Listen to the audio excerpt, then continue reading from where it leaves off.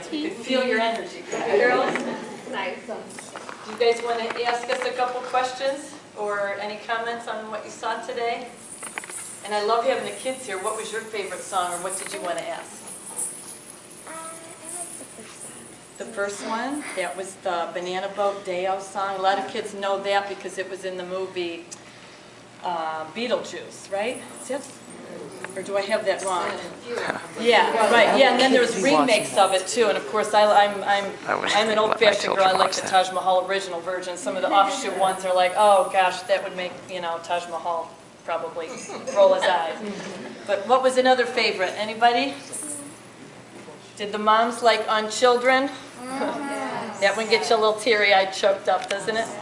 Sweet Honey and the Rock are just such a sacred sound to me.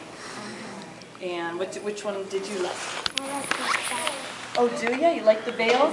These are actually called veils.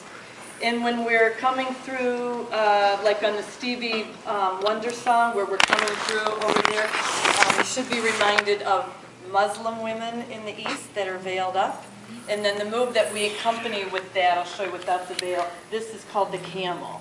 So it's a slow, very methodical move. We do it slightly leaning backward, flat-footed, and you're supposed to think of, we're supposed to remind you of camels in the desert. So, anybody else? How long have you been doing it? 6.5 years, and the three of us have been together probably 3 of that, right? I think at least, maybe even a little longer now. So we just love it. We love dancing for, especially kids and the elderly, and you guys were just a really, really enthusiastic audience. Do you teach others how to do this dance? I do. I teach on Tuesday nights in Lakewood, so I know that's a little far for people over here. But I teach at Lakewood United Methodist on Detroit and Lakewood. If anybody's interested, then see me afterwards if you want to drive that far. I'm always looking for new students. And what poet did you like the best, or any of the poetry move you in particular? Langston Hughes, yeah, and you can't get any better than Langston Hughes.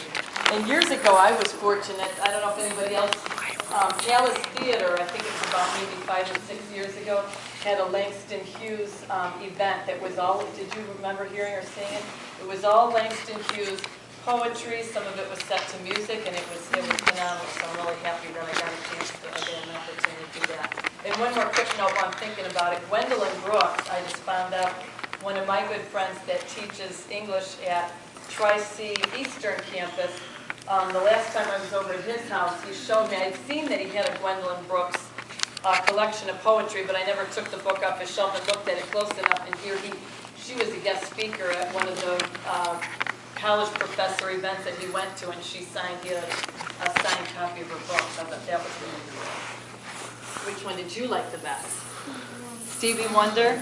And that's a really high energy piece, so we can really, really let the veils show themselves off, and I'm sure you probably noticed the veils kind of have a mind of their own. These are living, breathing beings.